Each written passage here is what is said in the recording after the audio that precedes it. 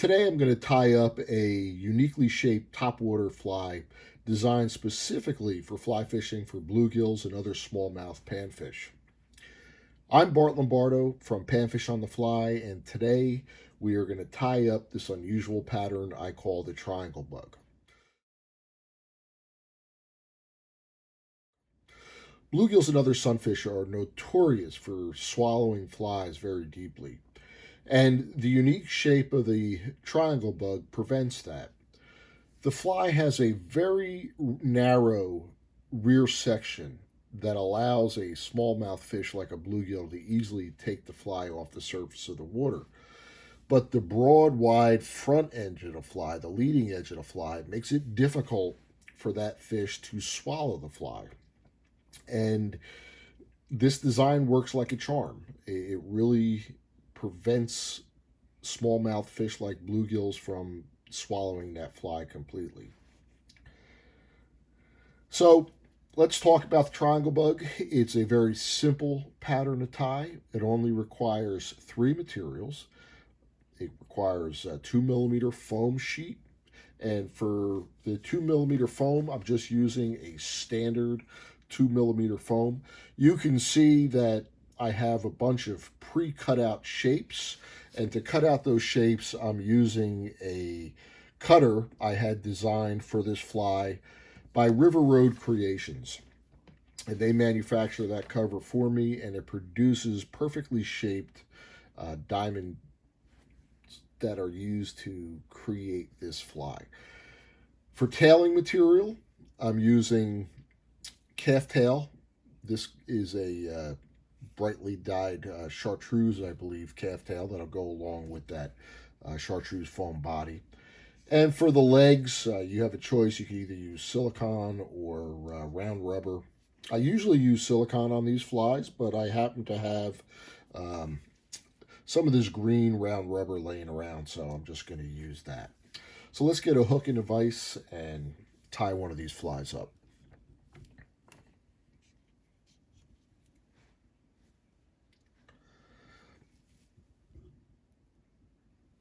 Couple words about the hook that I'm using. You may notice this hook's looks a little different from most hooks that you see on the market today. The hook resembles a kink shank popper hook, but the kink in the shank runs on a horizontal plane instead of a vertical plane. And what this does for me, this allows a flat-bodied fly like a triangle bug. It prevents that foam from rotating on the hook shank. Unfortunately, this hook is no longer in production, so you're going to have to go with a standard 3x long streamer hook to tie this pattern. And I will include a couple possible straight shank hook options in the recipe at the end of the video. But this hook, this out of production mustad hook, I use it. I've been using them for years. And it really is a great hook if you can find them for tying any flat-bodied foam fly that's sandwiched over the top and the bottom of the hook. But it's not imperative. You could use a standard hook and tie the fly quite well. So to start off, we're going to just put a base layer of thread down on the fly. On the hook shank. And for thread, I'm using a fluorescent green 6.0 waxed thread from Semperfli. I like this thread. It seems to be a little bit stronger than some other 6.0 threads that are on the market, and it performs very well. And for the last couple months, it has been my thread of choice. So we don't have to do anything real fancy here. All this is going to be covered up, so don't worry about touching thread wraps. We're just looking to get a base layer of thread down on the hook. That thread layer is going to help us. We're going to be putting some glue on this fly, some super glue, a little later in the tying stage, and that thread base is going to become important as a good platform for that glue to adhere to. So what I've done is I've clipped off a small bunch of calf tail or kip tail off the tail segment, And I'm going to create a tail that's about a shank length long.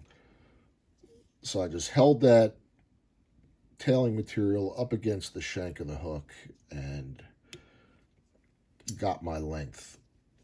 Now I'm just going to lash this tailing material down. Again, we don't have to be really super neat here because all this is going to be covered up with foam. And depending on the length of your tail material, you may come into a situation where it's a little bit too long, so you can just come in there with a pair of scissors and clip off any excess that would be hanging out over the eye of the hook. Give it a little trim on the side. That doesn't look too bad. And I'm going to come up and just bind down those loose fibers. I'm going to stop my thread about 2 eye lengths back from the leading edge of the hook, from the eye of the hook, and that's where I'm going to tie in my rubber legs. I have 2 barred green rubber legs here. They're about 2 inches long, and what I'm going to do is I'm going to fold them over my thread right at the midsection, and then with 2 very loose wraps, I'm going to lash them down to the hook shank. I use loose wraps so it allows me to reposition those legs, one on each side of the hook shank, so they form an X. And then I'll lash down those legs in the middle with a couple tighter wraps, and then I'm just going to bring my thread right back to the bend of the hook where I tied in the tail. And we're now ready for the body. As I mentioned before, I'm cutting out or stamping out these diamond shapes with the cutter that I had manufactured by River Road Creations. This cutter allows me to create a perfect diamond shape, which is probably the most challenging part of this fly if you're tying them by hand. The cutter leaves a small tag end on the end of that diamond, and it's not essential, but in this case it really does help with a tie down point when you're first securing this foam to the hook. And to get this foam on the hook properly, what we're going to do is we're going to fold this diamond shape in half, and I'm going to line up the edges. So right now I have that triangle shape, and I'm going to take my bodkin or the tip of my scissors, the point of my scissors, and I'm just going to poke a hole right in the center of that diamond. And that is the hole in which we'll use to mount the foam onto the hook. Simply push it over the eye of the hook. I'm going to fold down the top portion, and with a couple thread wraps, I'm just going to lash that down into place.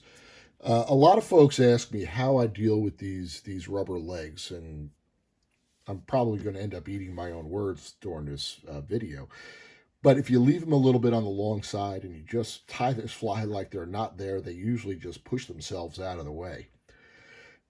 Next up, we're going to secure the body to the hook and form that triangle shape. So I'm going to invert the fly, and I'm going to coat the bottom of the foam and those thread wraps with a little super glue. So I'm going to give those thread wraps a good coating, and then I'm going to come in here and I am going to coat one side of the fly with a thin layer of super glue.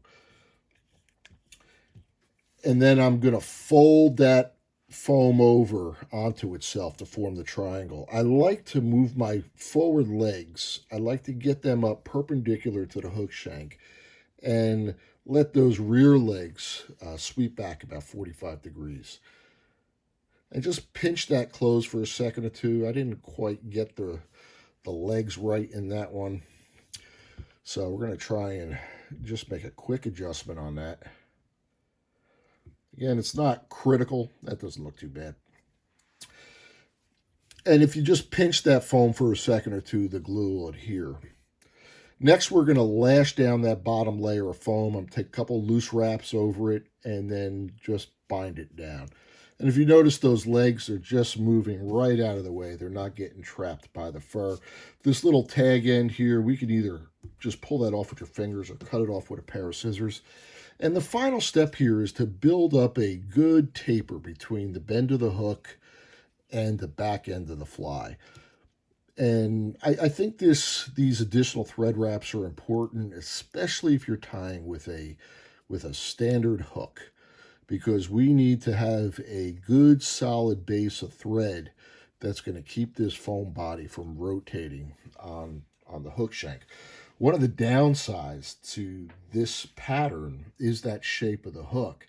You could imagine if that foam turned sideways on you like that, it would effectively block that hook gap and prevent you from hooking fish.